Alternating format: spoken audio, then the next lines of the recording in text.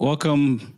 I can't even say back. Welcome to the new show, B4evaKool for adventure riders, people who are thinking about, just transversing through continents or maybe through continents around the world kind of thing. To get introduce new riders who may want to have some information and learn about to get into adventure riding and stuff like that. I know there's a lot of folks that probably go adventure riding for the day. They might put in 8 hours. They might camp out for the night.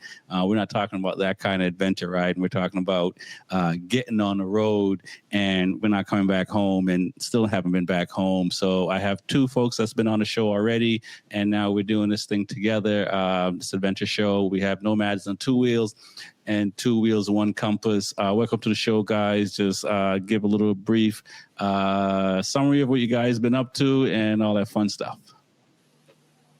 Start with Nomad. Take it, Jim. Oh, all right, Jim. Okay, so you guys know me. I've been on the show before, Nomad on Two Wheels. I started my adventure in United States. Started with Boston, New York, and then went all the way across to LA, went down south through Mexico, all the Central America countries, went into South America, shipped from South America off to Africa. So now I'm, trotting the continent of Africa. Riding the continent of Africa right now. So the bike that I have is a Tenere 700 2021. And that's pretty much it. That's my intro. Yeah, and my name's Jimbo Tarpey, Two Wheels, One Compass. I started my journey in mid-2022 from Minnesota, where I'm from. Went north through Canada, up through Alaska, all the way to the Arctic Ocean. And then down the west coast of Canada, the United States, 6 months through Mexico, another 6 months, I think, through the rest of all of Central America, including Belize, Panama, flew over to Colombia, and then rode the Andes almost all the way. I cut over to get through Bolivia and Paraguay, and then took basically bounced back and forth down Chile and Argentina to the very bottom of South America, to the city known as Ushuaia. From there, stopped in Antarctica, and now currently in Chile and thinking about what's next. So I've been on the road for almost 3 years, and so how it all started, I think, is what we're going to talk about today. That's pretty impressive. So my adventure riding is none. I did own a multistrada for about 5 years, and I did have saddlebags to do some adventure riding, but I haven't made it out since sold my multistrada and bought a Panigale. So I don't know if I'm going to need to be traveling around the world on a Panigale. I kind of know what inspired me into getting into adventure riding, even though I didn't do any of it. So I want to ask, and we'll go with Jimbo first. What was the inspiration behind, saying, "Hey, I'm a become an adventure rider"? Because when I got into motorcycle riding, I wasn't even thinking about like the different types of riding. I just bought the bike I thought I liked at that moment, and that was it. And then soon realized that it's not the bike for me. So what was the inspiration for you guys to say, okay, I want to ride a bike, but not only that, I want to travel, live. It's going to be my home as well. Yeah, I'm one of the rare examples of someone who had came up with the idea to do this before ever having ridden before. I was completely green when I had the idea to ride around the world on a motorcycle. It took a lot of practice and a grand design of putting together, okay, I'm going to buy this bike and I want to do this with it. I'd like to camp with it. I'm going to do some maybe long distance and long term, like vacation, like let's say 2 or 3 week long trips to kind of get the feel for living in a tent, kind of living off of the road, the uncomfortableness of dealing with the rain and the elements, all that. So I knew before I'd started that I wanted to travel the world, but I didn't know how. And it was actually a coworker that had decided or had came up with the idea at the time to, what about a motorcycle? And there were all the perks of the long distance of it, the economics of it. It's a lot more economical to ride on a motorcycle than to have a big van.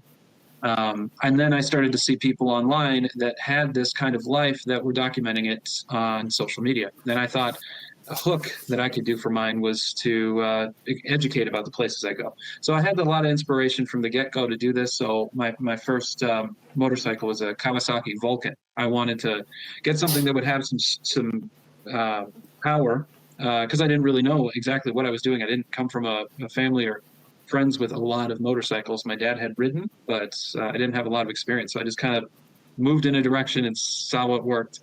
And yeah, that's kind of how it began, is getting into I knew that I wanted to travel, but I wasn't exactly sure how. So yeah, I just kind of felt it out. Nomad. Yeah, I mean, for me, it was definitely motorcycles first. I've been riding since I was 16. I went from dirt bike to sport bike. I had a sport bike for quite some time. And then eventually I got an adventure bike. As far as travel goes, I've always been into travel. I've always wanted to explore the world. So I took a backpacking trip back in 2017. I did that for about a year and a half. And then in each country that I was in, I rented a motorcycle and explored the country on a motorcycle. When I got back, I said to myself, you know what? I want more. I wanted to see more, explore more, do more, go to more countries. And I always felt the best way for me to do it was to combine two passions, which was the travel and being on a motorcycle. Once I got back, I just started putting things in place in order for me, like how can I travel the world by motorcycle? And then it also, like, what kind of bike should I get? So that also led to doing different research as far as like what bike to get. So yeah, I mean, at the end of the day, I was just trying to combine two passions of mine. And definitely, travel and motorcycles, just merge them together and see where it takes me. So, yeah, would you agree though? After now having had this Tenere for as long as you've had, have you kind of picked apart what things you like? And I haven't mentioned, but I have an Africa Twin 1100, and like I've now really started to focus on the things that I don't like about it. Like when it falls over, it's really heavy, all those things. So what have you thought about it? Well, like, so it's funny. It's funny enough. My first bike was an Africa Twin. I didn't know that. Yeah, the first bike was an Africa Twin. That the first adventure bike was an Africa Twin, and then when I got on, I had it for about a year and a half, and I was doing things on it that I knew that I probably shouldn't be doing. I took a lot of like off-road courses with it, and I was sending it. And I was just like, this bike is really heavy.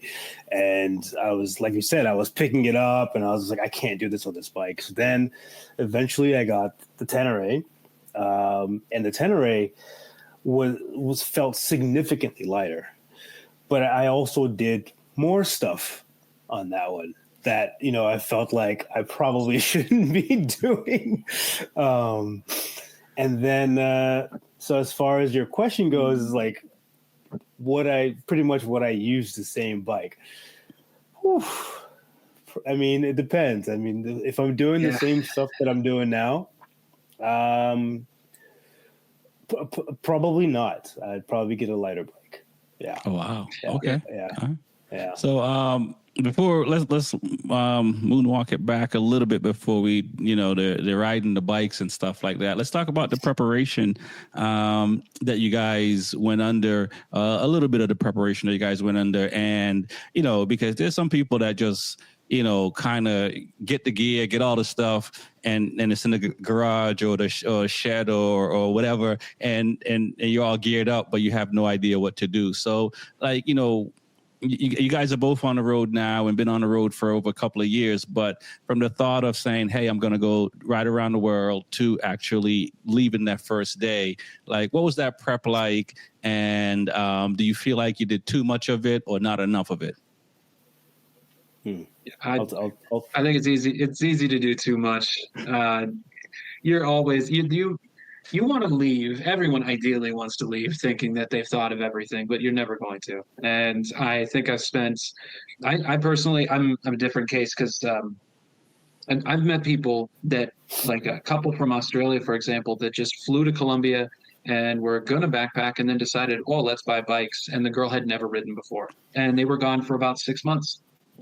There's a British guy, Sam Manicom, very popular in adventure rider circles, who started, I think, in the 90s or 2000s with very little motorcycle experience, going through Africa, just like from Britain down to Italy and shipping over to Africa and just going south. Some people really do not do a lot sometimes. So I'm on the other side of that. I think I definitely over-prepared. I looked at every single contingency, all the different gear that I would have. I was carrying the kitchen sink at one point. I definitely had like way too much. And so over the course of time, I've started to drop it off. But in terms of gear, I was definitely over-prepared, and then found myself, like, I would do trips where I would do two things. I would mark down, okay, I've been gone for this long. What haven't I used?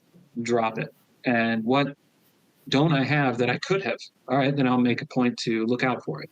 And I've kind of used that to slim and bulk up my gear back and forth in a kind of wave fashion back and forth over the last couple of years. But I think, and then I start to see how other people are set up, and I go, okay, I could definitely have a lot less. Cause it's kind of like, just last thought is like my bike is huge, so it's an 1100. It's kind of like buying a larger house or a larger apartment. You end up filling the space in the apartment with something. If you have that extra room, you're going to throw something in it, and eventually you find yourself filling out the space that you have. So when I have this massive bike, it's ended up locking me into the setup a little bit. So you had a jacuzzi? Yeah. Oh, yeah.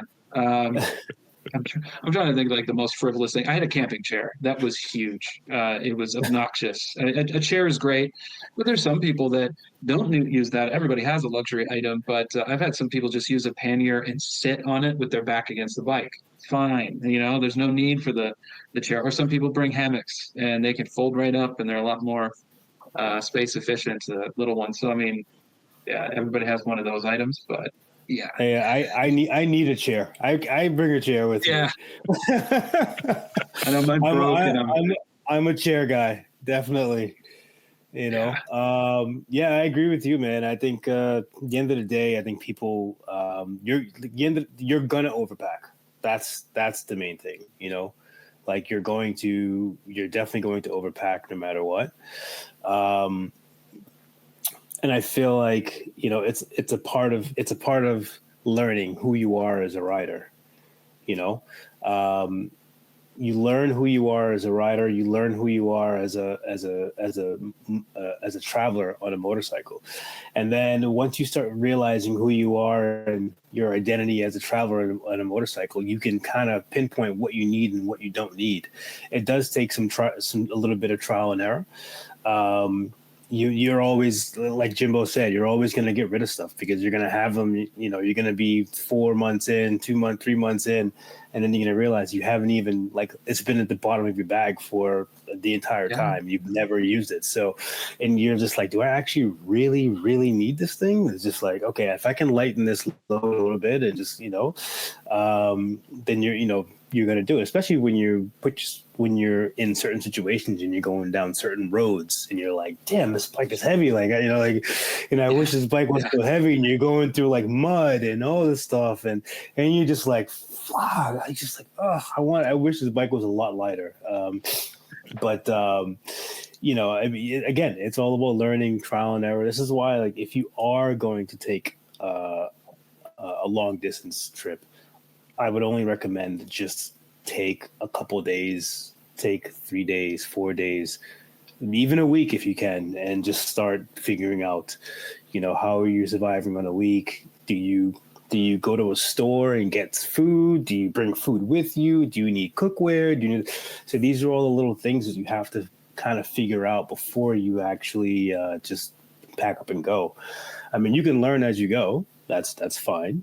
But I would just recommend just learning who you are as a motorcycle traveler, like traveling, 7 days, 5 days, 3 days. So, yeah, a stress trip is essential.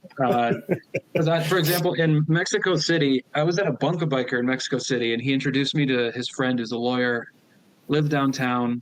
Guy had a dream that him and his brother were going to go to Alaska, and his brother had passed away. So in his honor and his memory, he was going to travel to Alaska, and he wanted me to check out his gear. I was somebody that was had done the opposite of his dream, gone from Alaska to Mexico City. Went to his house, looked at his gear, and I could tell that he had not done a stress test trip. I don't think he'd done a trip longer than a weekend. He had a lot of things with him. Like the one thing that stood out to me is he had a power strip.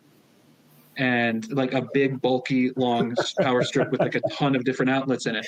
And I know you're gonna, I mean, that's the kind of thing that like, okay, how much did I really use this? He had cameras along with him. I know that he was planning on it, but like, if there's some give and take here, like, all right, I'm not gonna bring a power strip. I'll just have to like rotate things in this one outlet that I have in this room. Things like that. I could tell that he hadn't been through that kind of trial, and it's important to do that. Or for example, I started in the United States and Canada. There is white gas and butane canisters for cooking, camping stoves all over the place. But the second you cross into Mexico, you're not going to find those probably all the way until Argentina and Chile. Like unless you're in major cities that have big camping stores like Lima, Cusco, Bogota, you're really not going to find camping stove canisters of nice, clean white gas and butane. Yeah.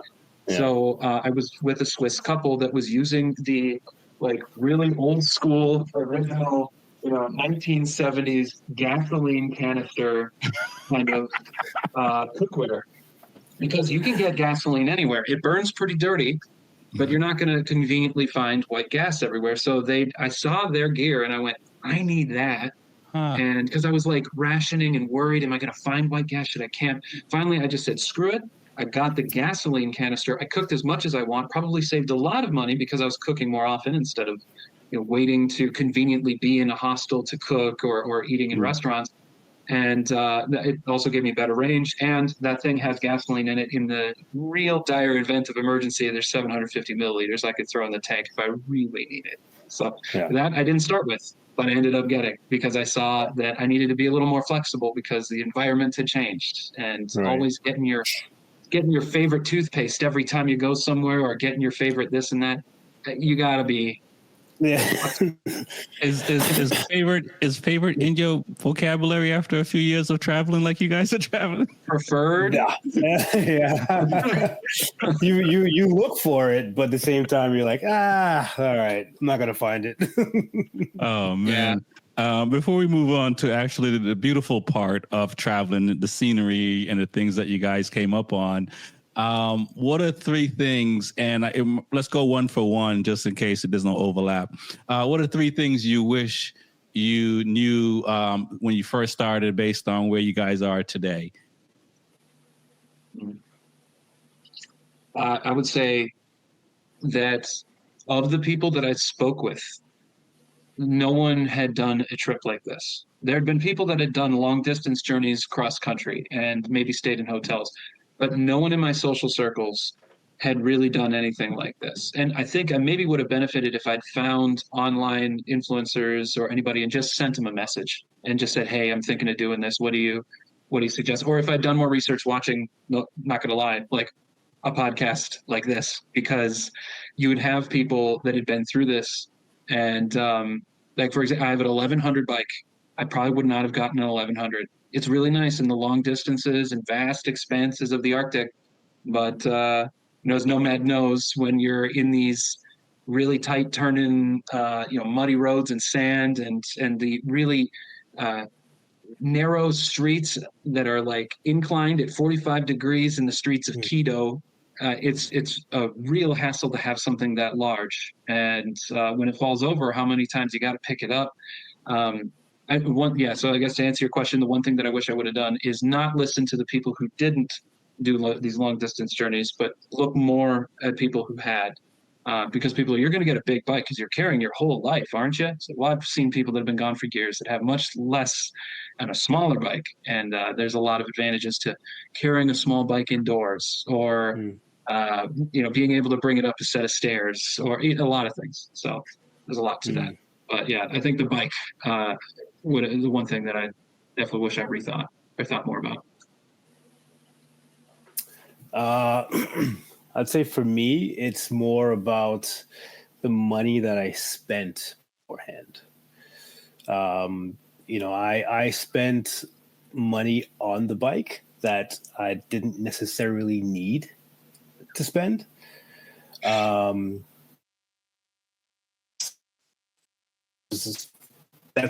kind of goes along with over preparing. And I felt now that I look back, I realize there's a lot of things that I could have done without.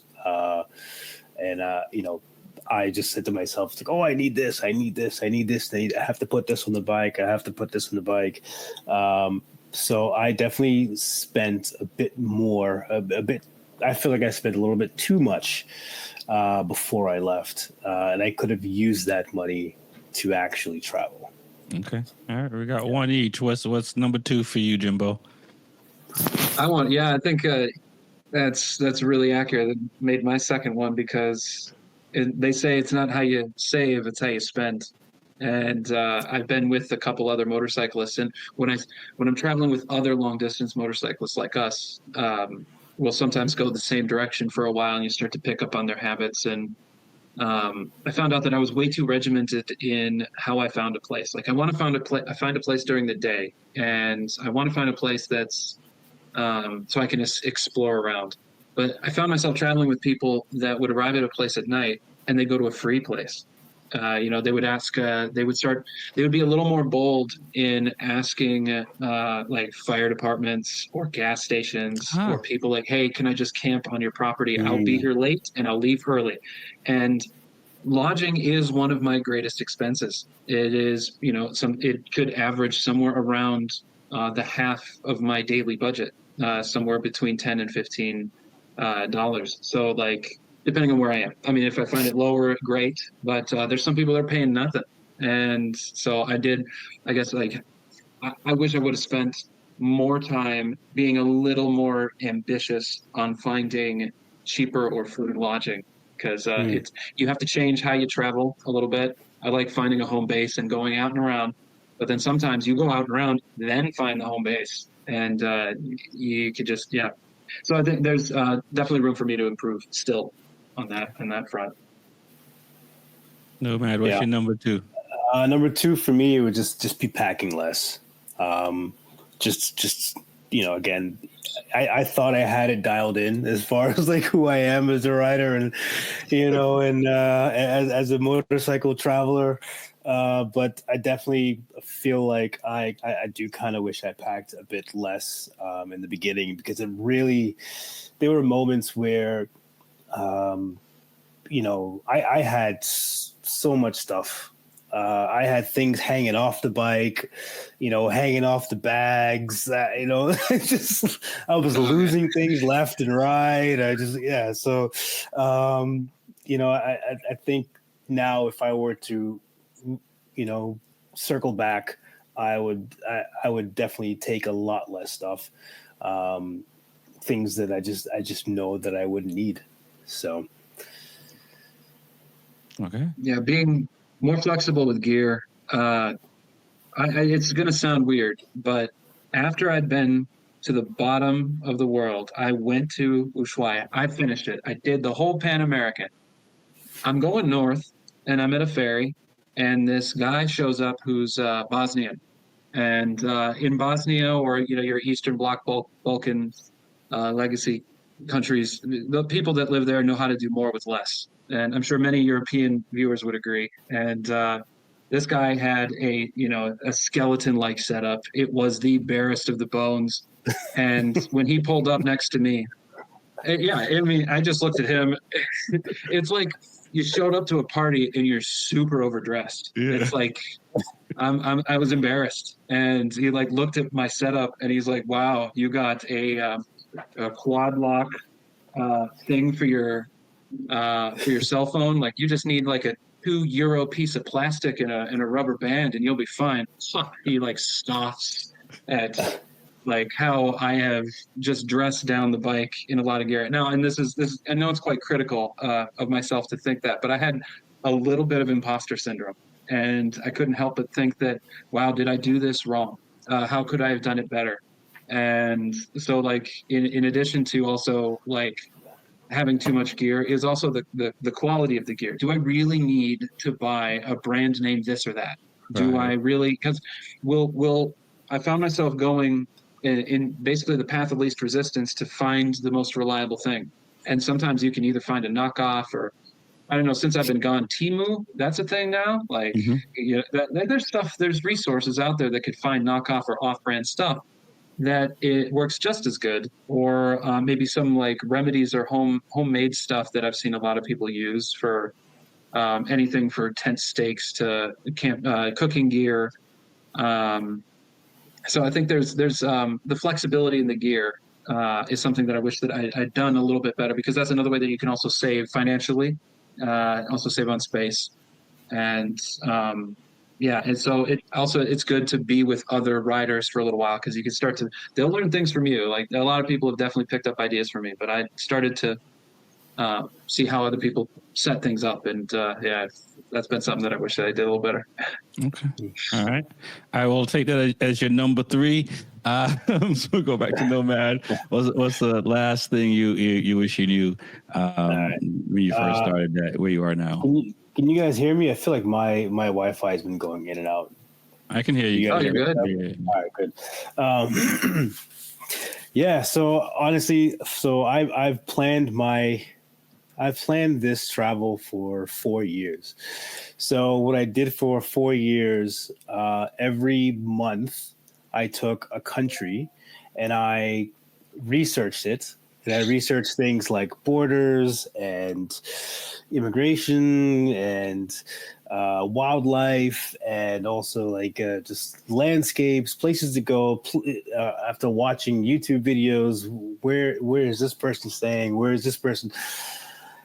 And I have it's a whole notebook. It's like a little small notebook, and I spent so much time writing in this notebook.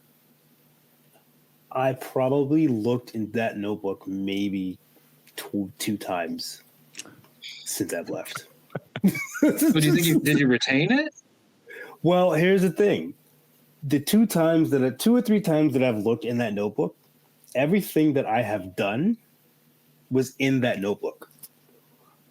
So I did it based on meeting people, I did it based on just kind of, whatever. I'll get to, Mexico and like, go to, I don't know, Mexico City, or go to, go have some mezcal and, in, what's the place called there again? Aguas Calientes or Zacatecas? Or... Aguas Calientes, yes. Yeah. So I think I should have looked inside that notebook a bit more. Even though I did go to a lot of places that were already in the notebook, but I think that I should have stuck to what I researched and all that stuff, and what I. So that's kind of one of the things that I really feel like I probably should have done a bit more. And now that I am here in Africa, which I honestly didn't think that I was going to get to Africa at some point, but now that I am in Africa, I've started to kind of refer back to that book, because that notebook, all the notes that I've taken notes from Central America, South America, and all the way up to Morocco. Okay. That's as far as that I've gotten. So the only thing that's a bit different is like borders change and things like that. But as far as like places to go and also like people to visit, once I put the information out there that I was going to actually be on the road doing this, people started reaching out to me and they're like, hey, I have family or I have someone in the Gambia, like I have someone in Mauritania, I have someone in, Colombia. And now when I look down the list, it's like, oh, I could have actually met up with this person's family, or I could have done this. So yes, that's one of the things that I kind of wish that I've done a bit more. And how about you, Jimbo, as far as what Nomad said about, leaning on friends? Has that been helpful, or in hindsight, maybe you should have done more of, like Nomad is saying? I did something almost in the opposite. I would go through a lot of places, and then I would look back and realize sometimes the significance of where I just was. Like, oh, that was something real crazy that I just walked through that city in that spot where that happened. Because I'll be researching things, I'll film, research, and then go, oh crap, like that was a really cool thing that I was just in. So sometimes, like in retrospect, I'll look behind me and realize that I just done something really cool. I have, even recently, I've received, messages from folks saying, hey, if you're in the area, come hit me up. We'll do this and that. And I try to do it when I can, because not only is it an amazing local experience where you can, be amongst the local people. There's an interesting kind of celebrity status when a person will go like, hey, they've been traveling the world. Let's show them this is how we live. And, I've been invited to barbecues or to those waterfalls out of the way that aren't on the beaten path. Those things are really special. So I've definitely tried to indulge in them when I can, but it is impossible to do it all. There will be people also that say, oh, you didn't go here? I'm like, yeah, I didn't. Yeah. You can't, you will disappoint some people. The things that they want to see, you're going to miss. It will happen. So I there's of course times that I wish that I'd gone to some places for sure. Yeah. Nice.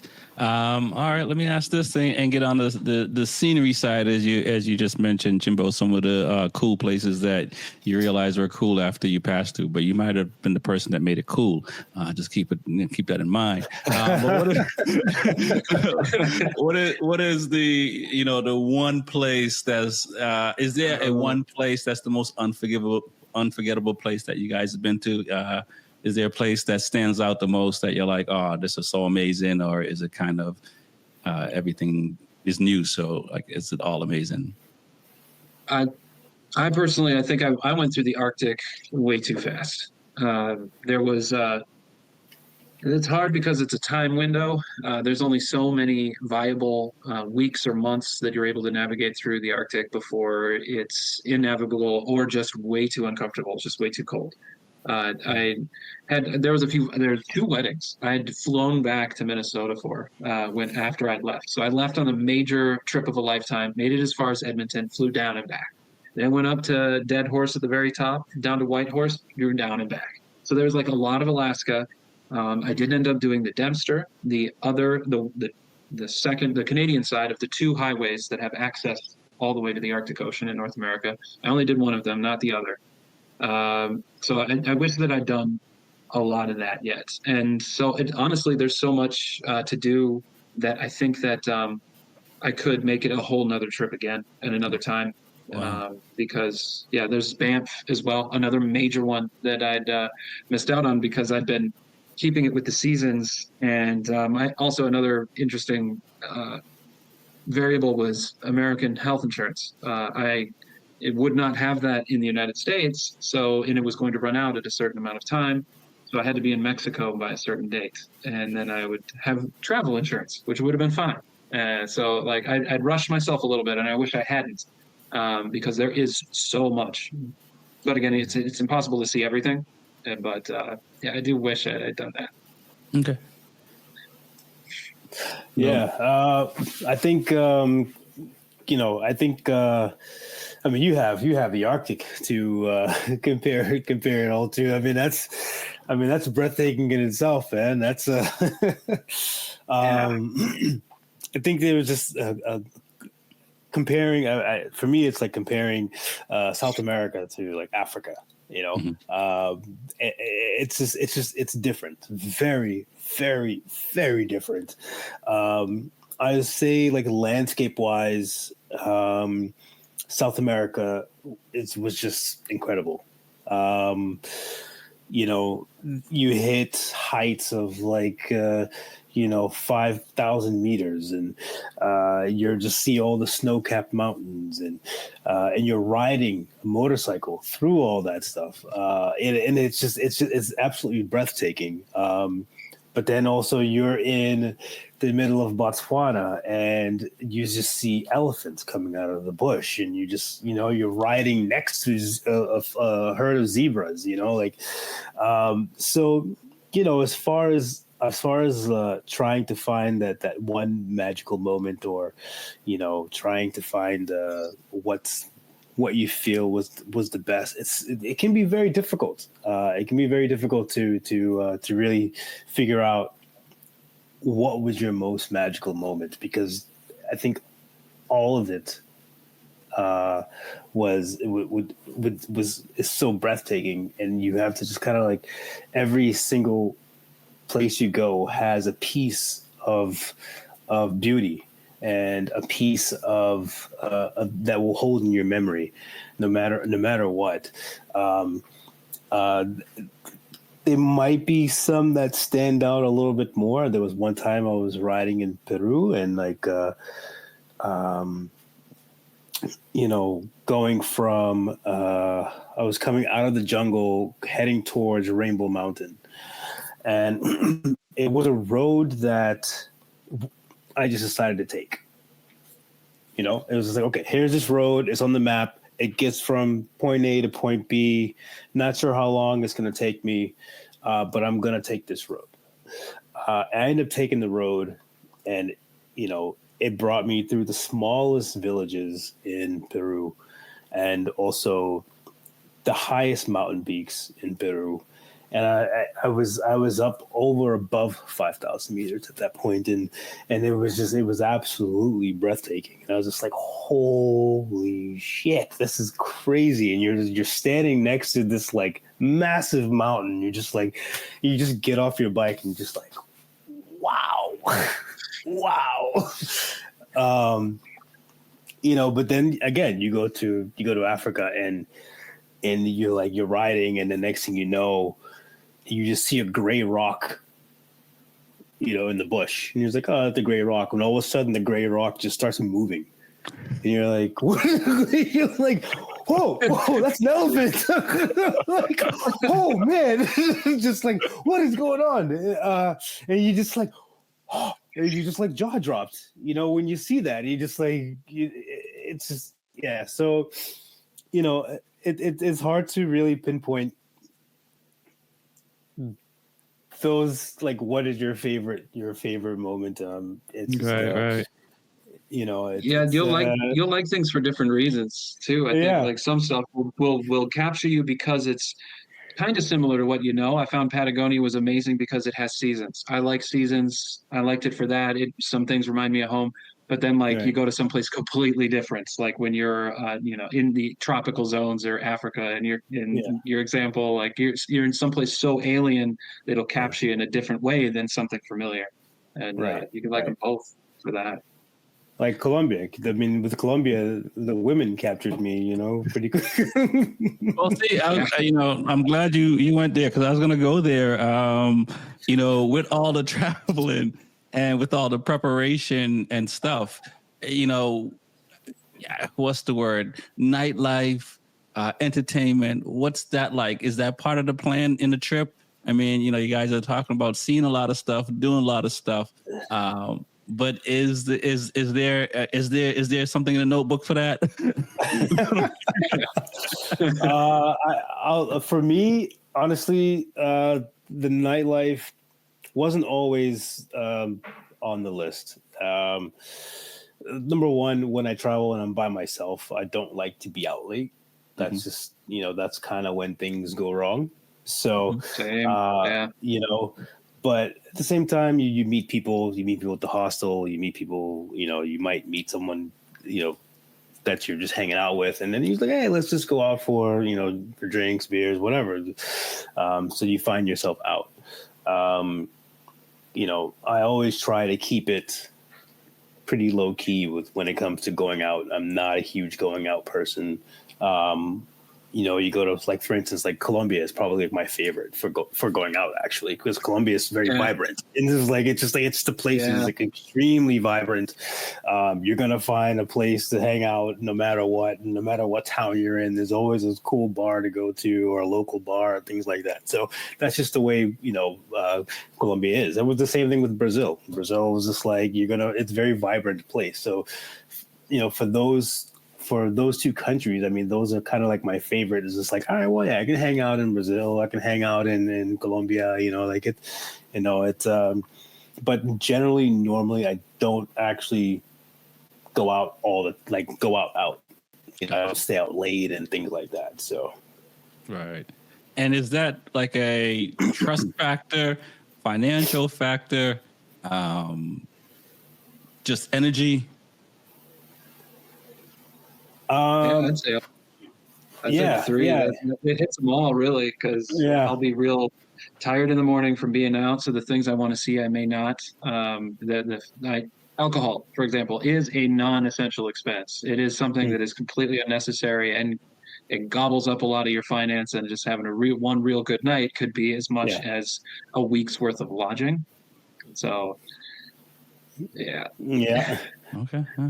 Unless you're here in Nigeria, where it's literally 50 cents. So and it could be tempting. Yeah, like a beer being a $1 beer, you think, it's not that much. It adds up. It adds up, man. And I'll go with Jimbo first on this, kind of elaborate a little bit more on the same thing. Meeting new people, interacting with new people, and saying, hey, come out with me tonight, or hey, this thing, like, how do you keep your spider senses in check to say, okay, this is a good vibe, this is a bad vibe? That's a good question, because I've been like, I'm not a big discotheque club person, but I know that was like what Nomad was saying, that would be the place where things could go down. It is a little bit higher risk of an activity to go out. If I don't know a city, then I'll be a little more hesitant to do so. If I find myself with a bunch of other travelers, that is nice, because we're all kind of moving as a unit together, and all of us don't know the territory. But sometimes I found myself in situations where I was being invited to a person's house, and I don't know like who they are, and you're in this weird situation where if you say no, you would insult them. If you say yes, then what? And I've had they might have you for dinner. Like I'm going where, and a good thing to keep in mind, because it's really easy to be caught up in the moment, is that you are the most vulnerable you've ever been. You're far from home. You don't have the networking. They're in their world, so they know everybody. So it's good to at least have maybe a hostel owner or another person that you keep in touch with. And there's been neighborhoods. There's one time where I was bar crawling for Halloween in LA, and I was dressed up as a convict because I just bought a convict outfit at a Party City for $15, and I'm not carrying one with me. And they said, all right, we're going to go to this bar, and we got to the bar. But when we got out, we were walking to the next one. It was through Skid Row. And so I'm walking through Skid Row wearing convict outfit with 3 or 4 other woo girls, bringing attention to themselves. It brought it heightened my senses a little bit. Like, okay, we are definitely targets. There's entire rows and rows of homeless tents of homeless people up and down the block and around the block, 4 blocks, multiple around us. So it's like, why are we doing this? What are we doing? I kept, my hand on my stuff and try not to walk through tight crowds in case anyone would pickpocket or whatever. But I definitely had to try to. I noticed that I at least acknowledge that I was in a vulnerable situation. Not knowing that you're in one will help you in case something happens. And that's typically when I've been okay. But yeah. No matter, you want to touch on it? Yeah. Yeah, I mean, you know, as far as like certain situations that I've been in, there's been a couple since I've been on the road. Well, this time on the road, when I backpacked, this time on the road was when I was in Johannesburg. I was going to the train station, and Johannesburg is like, it's known. I don't know if you know Johannesburg, but it's definitely not known for the best things. And you know, I'm someone who, when it comes to travel, you know, I don't like to warn people about places. I'm not saying, oh, stay away from that country or stay away from that. Yeah. But Johannesburg, I'd say, like, just don't need. There's no need to go. Okay. just put it that way. Yeah, there's just no need, unless you have a specific reason, and unless you know somebody there. Right. I would say just yeah, you can skip that part of town. I was going into the bus station, and as I was walking, they say don't wear a backpack at all. As I was walking, I had a small backpack because I was coming in from the airport and I needed to take the bus to Cape Town. Right. I had a small backpack, and the problem was that I actually didn't know the exact location of the bus station, so I didn't want to walk and look like I didn't know where I was going. Yeah, so it was just like, you know, this is my second time being in that bus station, and yeah, as I'm walking to the bus station, I just saw my robbery unfolding in front of me. It's just like, this guy's communicating with that guy is communicating with the guy behind me. Like, everyone's communicating, and as I'm walking to the door, you just see them start walking faster and faster and faster. I get to the door, the guy grabs my backpack, and I drop the backpack, but I kind of like rip it out of his hand. I kind of do like a little 360, and I go into the station. When that happened, the guy continued to follow me to the stations, and I stopped and I faced him. I looked at him. I was just like, all right, we can do it right here. So that's it. We can do it right here. And then he stopped and looked at me, and it was kind of like a standoff. I was just like, sizing you up. He's like, do you know how to fight? Man. Make your move. That's it. Listen, you know, I've been boxing for the last 20 years. Let's do it. So that was that situation. And then there was another one in South Africa. South Africa was a bit more intense. I met some guys at a hostel, and they wanted to play pool. They wanted to play pool with me. And we go to a bar, we started shooting pool, and, you know, whatever, I'm winning, beating through the guys, and someone took it personal. Oh, wow. And mind you, at this time, I was the only black person in this bar. So everyone else was like Afrikaans. Yeah. And I was with my girlfriend at the time. My girlfriend, and she it's funny because she pretty much was just like, these guys look like they don't like you. And I'm like, well, I'm glad you're I'm glad you're aware of the situation. Yeah. I'm also aware of the situation as well. So, yeah, it turns out that they were pissed off and they were mad, and they tried to jump me in the bar. No kidding. They tried to jump me in the bar. I sniffed it out before it even happened, and I kind of like yelled and turned, like, faced the guys that I was playing pool with. One of the guys, he's Australian, he just charged me. Then when he charged me, I gave him like a stomp kick to the chest. His legs went up in the air, he hit the ground, and I'm just like backing out of there. I get outside, and there's two other guys, Afrikaan guys, waiting for me outside.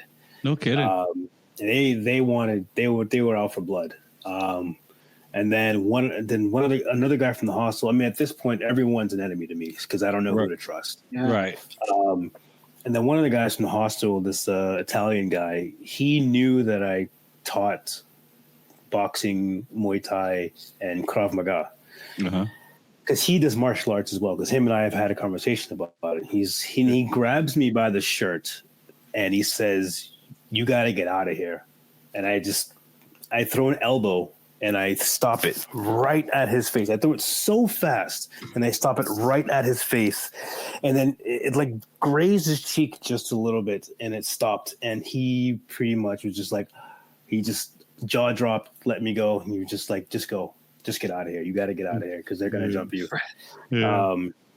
But yeah, that those are the only two situations that I've ever been in since I've been traveling. So Right. And and again, all around having some entertainment or some nightlife or outside of just the hustle and bustle of traveling and getting to where you're going. Right. Yeah. I would say that, and like sometimes the company that you're with can make you a target. In Medellin, I wanted to go out with people because they were going out. Found myself at a party hostel. I don't know if you ever heard of the Black Sheep. No, man, but I was there. No. And okay, yeah. Well, it has quite a reputation, but it kind of populates itself with a bunch of like a lot of British people, a lot of Dutch people. They're all like university students that are on their gap year or in between semesters. So there's a lot of testosterone, a lot of like, hey, whoop it up, or we're heading out to tip bars kind of energy. But they don't. Yeah, a lot of bros. Like, these guys don't realize, and it is very important to keep in mind that this scene is very different from theirs. It may have the same kind of hallmarks of clubbing and bar crawling, whatever, but it's not their world. And they'll kind of what's the word? It's the word in Spanish. It's like just basically carry themselves in a way that is way too open and making themselves look oblivious and kind of a target. So I found myself a bit naive. I guess maybe what? A bit naive. Oh yeah. It's like this is the nightlife. This is what we're here to do, and they'll do high risk activities like smoking weed on the street on the way to the bar. Bringing more attention to themselves, being very loud, obnoxious in a way, and I could tell that being in that company was attracting not just like maybe a negative attention, but also someone who was looking to take advantage of us, pickpocket us, mug us. The police would be looking for people like us to potentially, ask for bribes or, it's just going to bring attention to us. So I guess like what Nomad had said, like he probably noticed when he was playing pool, body language of the people around. There have been times when I'd make eye contact with a complete stranger and they look away like you spotted them. Like, I'm just looking around the room. What do you mean? What? Yeah, not me. And you started to see, people are, their attention's all toward you, but their body's not. Yeah. There's like a lot of things that just seem off, and you won't be able to tell them on a checklist. You feel it, and that kind of alarm in your gut is something you should definitely listen to, because your body will start to tell you there's these signs before your brain does, and knowing that you're in the situation, you can always choose to back out. You do not have to stay there. You can say, "Oh, I'm feeling like turning in. I'm kind of tired, or I'm just going to go to this quieter spot." You feel free to break away. You don't have to keep up with these people that are only there for a week and leaving. I'm in this for the long haul.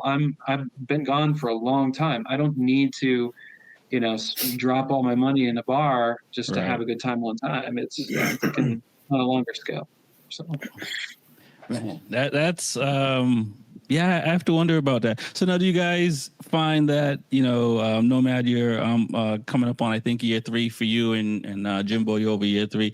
Do you guys and I always I try to lean on my intuition as much as possible. I usually notice it when I don't listen, but so you really don't know when you listen, right? Because when you don't listen, that you go, I should have listened. Why didn't I listen? So do you guys find yourself leaning on your intuitions so much more because you're pretty much responsible for yourself 24/7? Definitely sharper. Like there's an intuition, like for example, just moving forward, if I were to leave South America, I would rather go to Africa next than go to Europe, because I think that if I went to Europe and then Africa, I'd get soft. And like I wouldn't be on the lookout, head in a swivel, thinking ahead, steps ahead on where I'm going to get water, where I'm going to get, it supplies, everything about it. I definitely think that I'm definitely a lot more sharp after having been through a lot of these situations. And it is important that when you think that you're, the man and you got it, they'll get you. And Yeah. it still happens, and you're Oh, never yeah. above it. There's no Jason Statham, Jason Bourne kind of. Everybody can get got. And Right. I had my Right. phone stolen in Bolivia, and I should have seen the signs, and Yeah. or known there. There was warnings. Hey, if you go to this market, the guy that was at this hostel or at this place last got his phone stolen there. I knew it was happening. It is a thing, and I went anyway, and it got stolen, and you just think you're on top of it, and they'll still get you. And it's important not to beat yourself up about it. But yeah, it doesn't matter. I do feel sharper, but there's always there could be something eventually. Yeah. I mean, honestly, I would like, I'm going to sit here, I'm going to compare South America and Africa as far as like, keeping your head on your swivel, but you should always be aware of your surroundings. That's kind of where you should always start, is always just be aware of your surroundings. You don't have to be super alert all the time. You don't have to be like, but at least just know where you are, know what's around you. Just always just be on that, your head on a swivel, just kind of like, like you said, Jimbo. For instance, like I'm always aware about someone taking something off of my bike. Yeah. It could be just, I mean, I feel like that's probably the extent of a lot of like the kind of thefts that will happen here. In Africa is more of someone who would just take something off of your bike. Whereas in South America, I feel like someone's more likely to actually steal my bike, like Colombia. Like, someone's actually much more willing to take off of my bike. Brazil, Colombia, even Chile lately. Like, someone's just more likely to say, "Oh, what's this thing?" But at the end of the day, you're always going to just be aware of your surroundings. Places like where you're going to park your bike, you're going to be aware of just where you are, because I mean, I've been pickpocketed, and I was at the border. This was the first travel that I did. I was at the border going from Zimbabwe into South Africa, and someone pickpocketed me, and I knew that they were going to do it. Wow. Like, that's how crazy it was. That's how good they were at it. Wow. Larry Bird, because it was literally like I had, the wallet I didn't really care much for, because it was holding my passport, but I was at the border. So my passport was in my hand, and the empty wallet was in my pocket. And it was like one of those, like, those like pouches that you would hang over your neck kind of thing. But I just had it in a cargo pant. So it was just the string, and it was in the cargo pant. So, and then the guy comes up next to me, comes up behind me. There's a woman to my right. There's a guy to my left, and they get really close to me. I'm like, okay, everything is zipped up. Pockets are zipped up. And I start checking my pockets, and I have this empty wallet right here on my leg. And I was like, oh, that's fine. Okay, it's right here. It's big. If someone pulls it out, then I'll probably be able to like figure it. So someone's going to take it out of my. I get to the window, and I give the guy my passport, and I get it stamped. Everything goes through. Then I go back to put it back in the wallet, and the wallet's gone. And I'm like, holy shit, this person actually got me. I'm like, and I knew he was there to get me, and he still got me. There's like a mental bandwidth. Like, there is a limit to how much you could pay attention to. And when I got in Bolivia, it was an onslaught of stimuli all at once. Yeah. It was, I'm walking through a busy market, a car's driving through, everybody's kind of filtering around the side, so they're all getting squished together. The woman in front of me just stops moving, so I bump into her. And then as this happening, someone is squishing me from this side.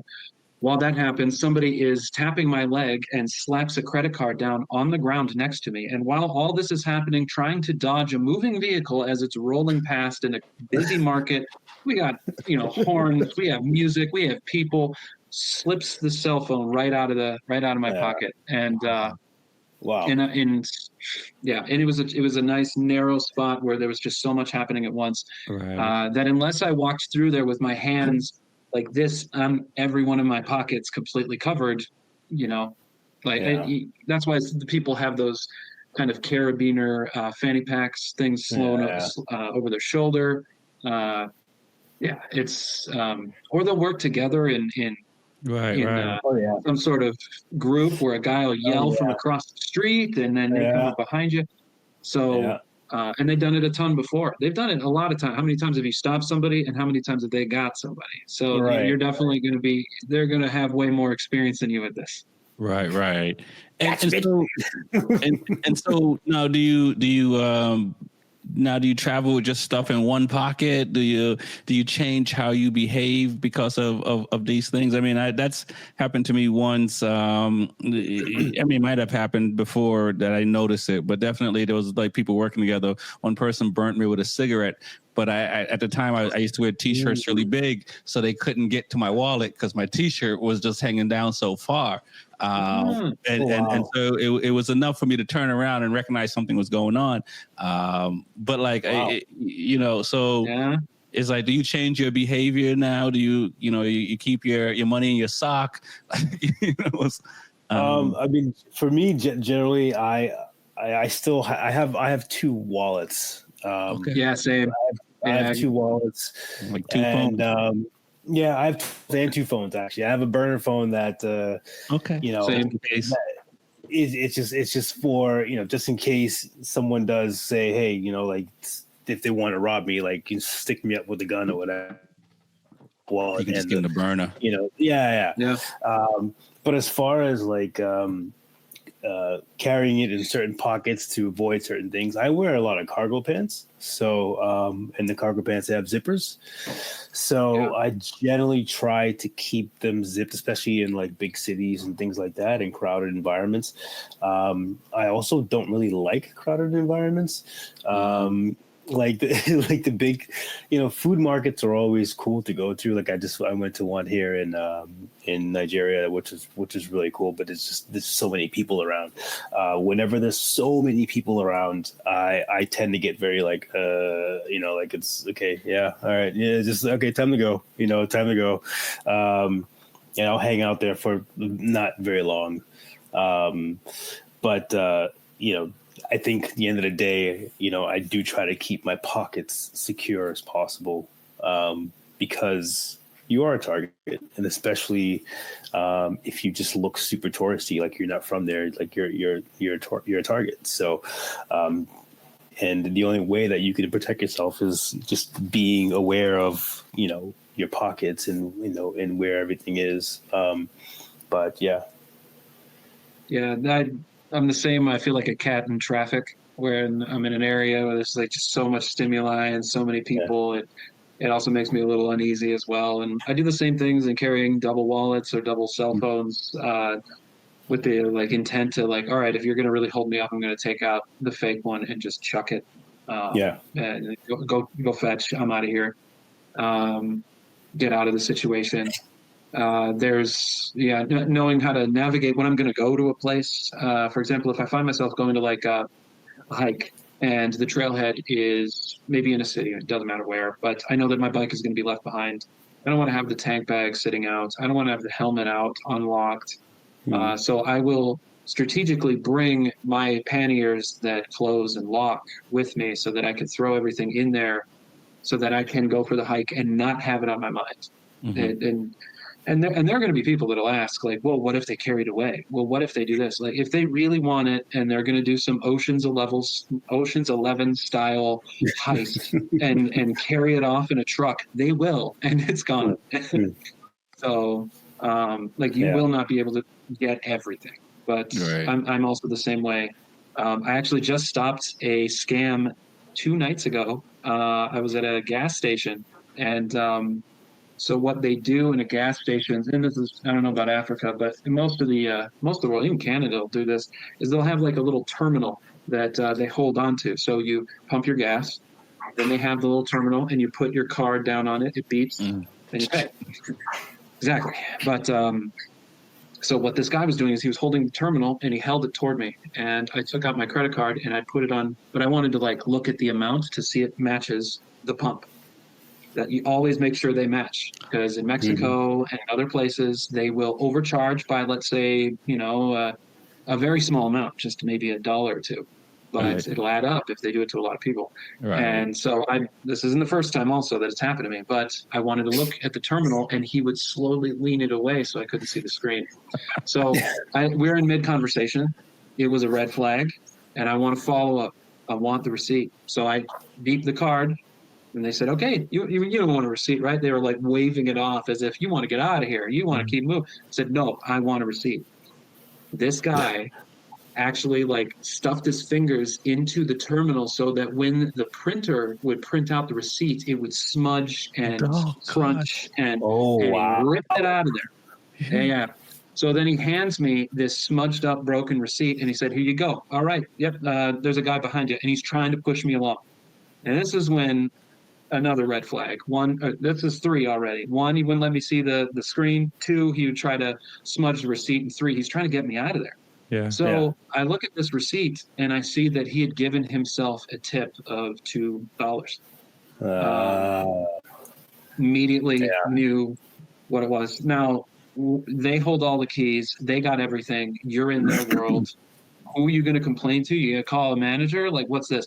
The girl that I was with, who was riding with me, is Chilean, and she was actually that we did a really nice good cop, bad cop. So what she did is she like said, "Oh, I'm sure it was just a mistake. I'm sure it was just. It says right here that there was $2. Like maybe you could just charge that back to the card." And as she's talking to him, I went over to the bike, took a picture of how much was on the pump. I'm looking at my credit card. Into the system to see exactly how much was charged. It was exactly $2 more, 2,000 pesos more. It was the exact amount. So he'd given himself a $2 tip without showing me. While this was going on, another guy was complaining that he'd been overcharged by $3 or 3,000 in a car nearby. So this was a racket. There was at least 3 people while we were there. And so the girl who I was with, she said, "Oh, I'm sure it was just a mistake. You wouldn't want my boyfriend to get angry." And she did this like little Hulk thing. Like, "Look, I'm sure it was just a mistake. Please, if you could just give us it in cash, then we'll be done here and he won't get mad." And he said, "Oh, you know what? Yeah. Sorry, we can't print out the receipt right here." And she's like, "I work at a coffee shop. I know you can look at it for us, right? It doesn't take too long." Like she's still trying to give this guy a chance. A benefit of the doubt kind of wiggle room. Every little chance she can, she gives him a nice way out rather than accusatory. "You cheated me. Give me my money." Like she didn't do any of that. She did the complete opposite, kind of charmed him into taking. So we ended up getting the 2,000 and left a nice review on Google and threw something on iOverlander as well for any future travelers looking to fill up there. Nice. I don't know how long this is going to go on for, but yeah, that just happened. I haven't told anyone that one yet. So, hearing all the things I've heard in the last 10, 15 minutes, why does anyone want to sign up for this? Listen, I got a good one for you, man. I got a good one for you. So, like, speaking about the gas, being at the pump, I mean, to be honest with you, you have to watch because, like, you can actually pay with credit card. I haven't paid with credit cards since Namibia. Oh, wow. Yeah. So it's been a lot of countries since I've paid with credit card. And one of the things you got to watch is like they will pump someone else's gas, but they won't hang the pump up or they won't reset to zero. They won't zero out. Yeah. And then they'll just start pumping your gas. So you're paying for the guy's gas in front of you. Oh, wow. Or the guy in front of you will pay, but the person still won't hang it up. Yeah. So if there's like $3 already on the pump, and now you're paying, they start your pump, or they start pumping your gas, but you're already started at $3. They're gonna pocket the $3 that you're gonna give them because you haven't been paying attention, looking at the numbers. So that just happened to me, and like the woman didn't reset it to zero, and then she starts putting the thing in there, and then I can it just starts going. I'm like, whoa! And I grab the pump and I actually pull the pump out of the bike. Yeah. And this fuel just starts pouring all over my bike. Yeah. And I'm like, you didn't reset this to zero. And she just like, and there's a lot of people around. They're all looking at me like, whoa, okay, figured it out. Like it was just like, and I was like, okay, I'm done. You can hang out the pump. I'm done. I'm not paying for anything. And I just left, and my bike was completely covered with fuel. Completely covered with fuel. Yeah, they'll try to like count on the fact that you don't want to make a scene, and it's really you. There's the perceived action, and then there's what's really happening, and I think we could probably do like a whole another podcast on scams. And totally. But I think why anyone would want to do this is like I've made mistakes and I've had money paid out for nothing. You must budget those mistakes. Like it's gonna happen. Someone's gonna break, or you're gonna leave a thing behind, or someone's gonna cheat you, and it's got to be budgeted into the grand design, because it will be a cost of doing business, a cost of travel.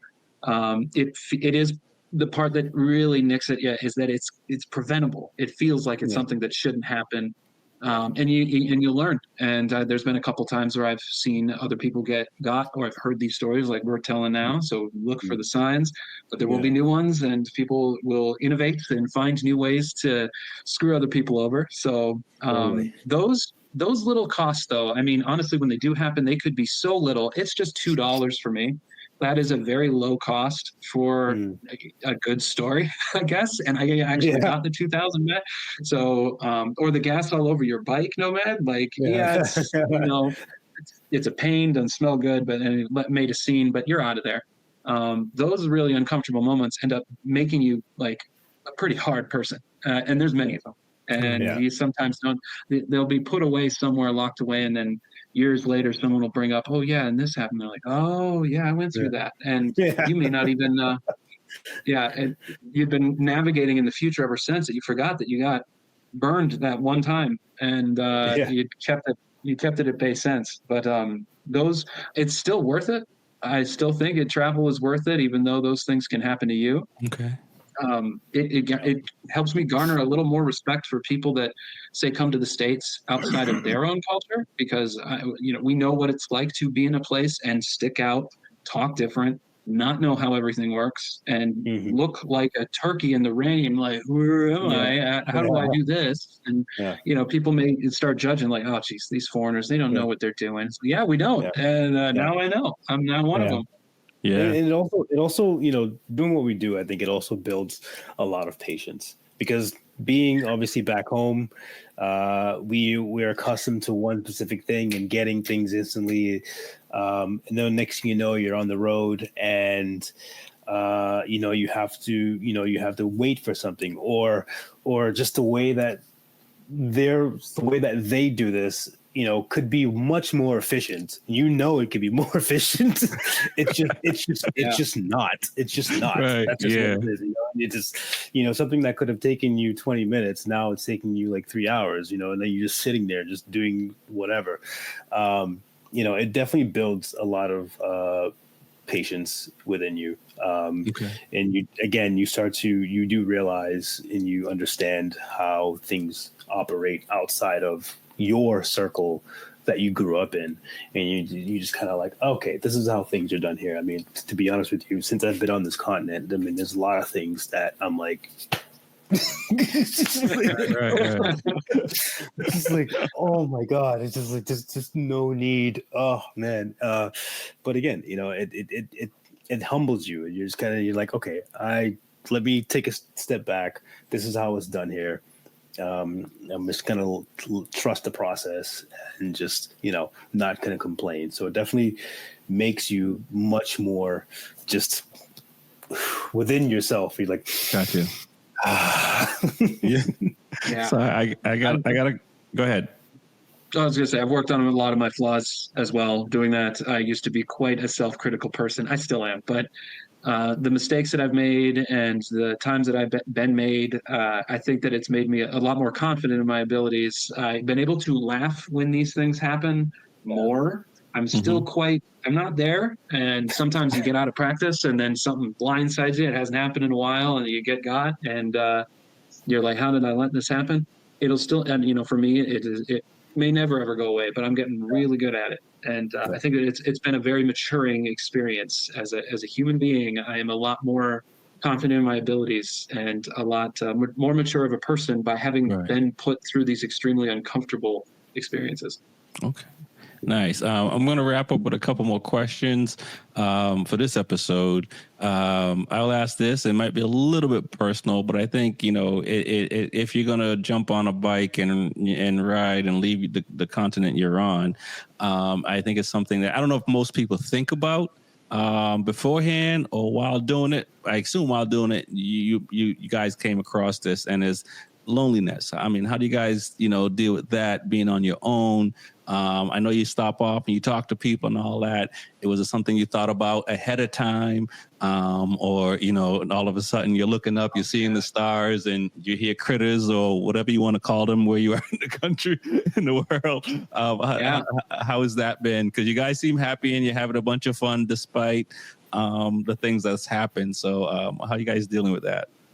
Yeah, I think this could be its own podcast too, because like when the first time I really felt loneliness is I'd been in the Arctic and I'd come down and I was in a major city for the first time. So I'd been on the countryside and in through the mountains and through these small towns, but I'd found myself in Vancouver and I wasn't meeting anybody at my hostel. I was walking through the streets and there was all these tourists. So it was like a lot of families, a lot of couples, a lot of friends. And I realized I felt really isolated because I was around so many people.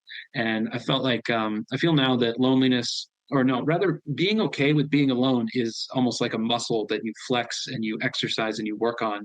You become more comfortable with being on your own. And the beauty of being on a motorcycle is that it may not be permanent. If you're looking to be around more people, which I've felt that sometimes, I will purposefully go to a town and stay in a hostel rather than a campground. Or I'll go to a city. It'll be on the way. And I try to get a little bit of everything. Some people prefer one or the other. I go back and forth. When I'm in a city, I'm ready.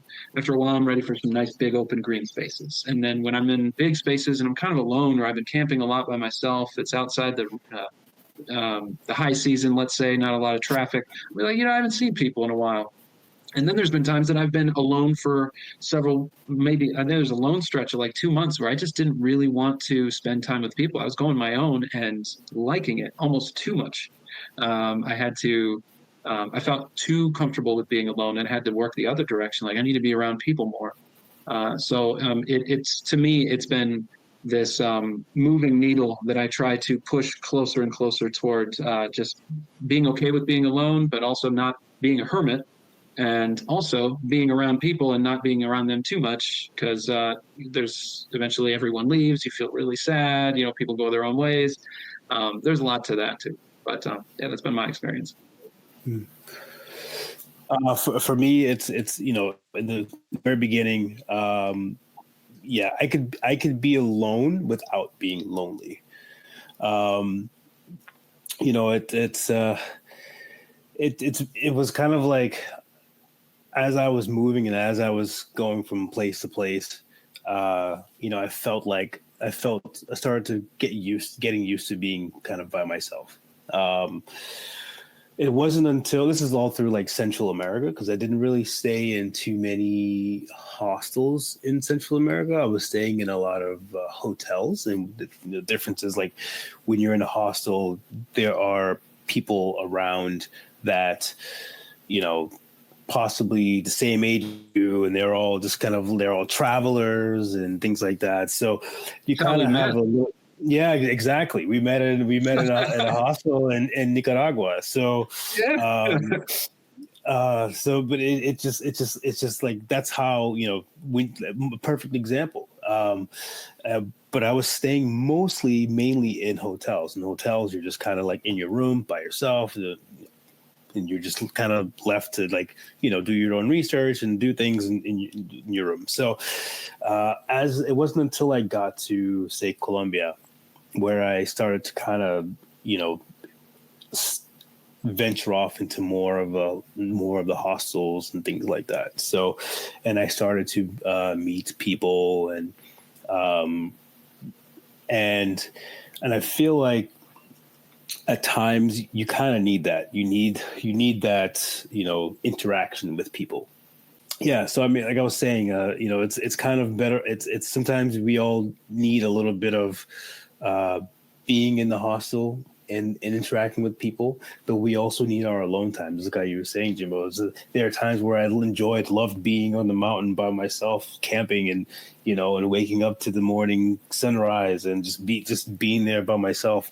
But then as you do that, you start to kind of feel like yeah, I want to be around some people and just and talk to some and meet some other travelers and things like that. So there wasn't until I really started to grasp onto the fact that wow, I actually could be lonely if I wasn't engaging in that kind of environment sometimes, because you do kind of not all of us, but I felt like I kind of needed that every now and then.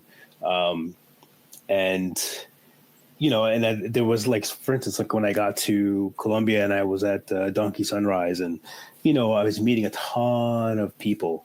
Can you guys hear me? Yep. Yeah. Okay. Okay. I was meeting a ton of people, a lot of like-minded travelers and riders. As a matter of fact, Jimbo, you were supposed to meet me there. Yeah. I know. But yeah, it was until I got there. Yeah. It wasn't until I got there where I started meeting a lot of travelers and things like that. And it was nice. It was cool. It was cool to meet all these people. And there's times where I just kind of want to be off by myself. But, at the same time, it's a little bit of, you try to get a little bit of both worlds, so you're just not deprived of one or the other. So, Right. Yeah, I've learned that isolation can be addicting, and I've spent like I'd be hiking and I see a couple and they're like, "Hey, could you take a picture of us for us?" And I'm like, "Sure, take the picture." And they're like, "Do you want one?" I'm like, "Nah, it's okay." And I try to get out of there, and they're like, "So where are you from?" I'm like, "Oh, geez, yeah, here we." Because I have found myself doing the same introduction, telling the same story, telling, okay, here's who I am, where I'm from, where I'm going, how long I've been gone. Oh, wow, you're on the motorcycle. And when you do that, it actually has been socially draining to reintroduce myself, like starting a cold vehicle every time. Like, all right, here's who I am, what I'm doing. When you do that so many times, it can be kind of draining. So I'd been almost avoiding people. And that's when I knew that I needed to maybe stay in a place for a while and get to know or travel with someone for a little while, or try to change my needs, because I was getting too used to trying to avoid people. I would be in a walking tour in Paraguay, in Asuncion, and when it was over, the guy came up with several different places. Hey, if you like some places to eat, and sometimes after a walking tour, some people chat, they go off together and they travel together. My initial reaction was, nope, I'm out. I want to see things on my own, and I had to fight against that. And so, it has been a give and take. It can go both ways. Wanting to be isolated, and it's not the best either. Oh man, well, we're gonna dive more into all these things that you guys are going through on further episode. But I got one last question before we get out of here today. What does adventure on two wheels mean for you guys? Woo. That's a deep one. Yeah. Oh man, you want to take this first? I could tee it up and figure, because okay, so I mean, in our perspective, we have no home in the traditional sense. I have not slept in the same bed for more than 2 weeks in more than 2 years, right? So give or take, maybe my tent, but like, there are adventures that you can do without having to throw your whole life into a storage locker and running away. Like, an adventure could be getting a bike and going to a place you've never been before, doing that tightrope walk, and saying, okay, if I fall, or if I mess up or something happens out there, I'm gonna have to fight my way back. Like, that's an adventure. I think it could be something as simple as climbing a mountain or doing a pass or a trail that you've never done before. Sleeping in a tent that you've never done before. To that, it could be quite an enhancing, enriching, and emboldening experience, even though it is quite benign compared to what we do. We're out here doing this. So an adventure could be any of those things. I know that it seems like such a tall order to immediately make the leap to leaving your life behind and getting out there and not coming back for who knows how long and having no time frame. And people do that, and it is an adventure. I believe that it is, but that doesn't it doesn't invalidate wanting something in a smaller scale at all. I think that many people, either you don't have to do what we do, or if you want to, there are baby steps to get there that are still adventurous. So yeah, there's no pedestals here. There's no one that's either doing it right or wrong. I think there's many ways to do it, and it's as long as you're having fun and you're safe and you're enjoying and you're doing things, have control over what you want to do. Even sometimes when you lose control, like when you're losing stuff, that ends up being an adventure too anyway. So I guess, but definitely. So, totally agree. Totally agree with you, Jimbo. It's literally, it's in the eye of the beholder, right? And it's to the extent of where you want to go and what you want to do, and adventure to you might not be adventure to me. It's just how we choose and where we want to go, because it could be like you could take when you're kids, you go in the backyard and set up a tent and going in the back, just in the backyard, and that's an adventure in itself right there. So I think as for you and I, obviously we've taken it a little bit step further and just, and have left for quite some time. Yeah. But at the end of the day, it's just like, you do what you love, and you just kind of say, all right, well, I want to do this. I want to go, I want to go bungee jumping. That's an adventure right there. I mean, I wouldn't do it, but someone would find that as an adventure, and other people would find that as a nightmare and would be happy it was over. Yeah, exactly. So, again, it just depends on the person, and you can define it in many ways. Absolutely, you can define adventure in many ways. So. I have to say, you guys were pretty bad at that. You were telling other people what they might want out of an adventure versus what you guys have been living. But also, I think I kind of get it, and correct me if I'm wrong, you guys are still in it, so it's really hard to define it in this moment, right? Right. Yeah. Yeah, it is an organic creature, really. What I define as an adventure for me today, now that I'm in a place for a while, would be, let's check out this new road. Whereas before and other times, it's like, am I going to make this? Can I get to the other side of this death road in the rain with 2 days left on my visa? And I got to, there's different levels. Yeah. No doubt. I do believe that. I want to thank you both for coming on and doing this thing here. I really appreciate it. Life is an adventure, and remember to stay B4evaKool. My name is Rex45, Jimbo, and Nomad on 2 Wheels. Also, Jimbo goes by 2 Wheels 1 Compass as well on all the social media platforms. And I think we're going to be doing this at least once a month. So, at least start looking at adventure bikes, people. We're not going anywhere. Any last words before we get out of here, guys? Hey, no matter how you get out there, even if it's at the end of your street or the end of the road or the end of your state, anywhere. It's get out there. Yes, at least leave your street, people. Agreed. At least leave your street. Yeah. I mean, you can at least go to Starbucks, right? Yeah, no doubt. Peace.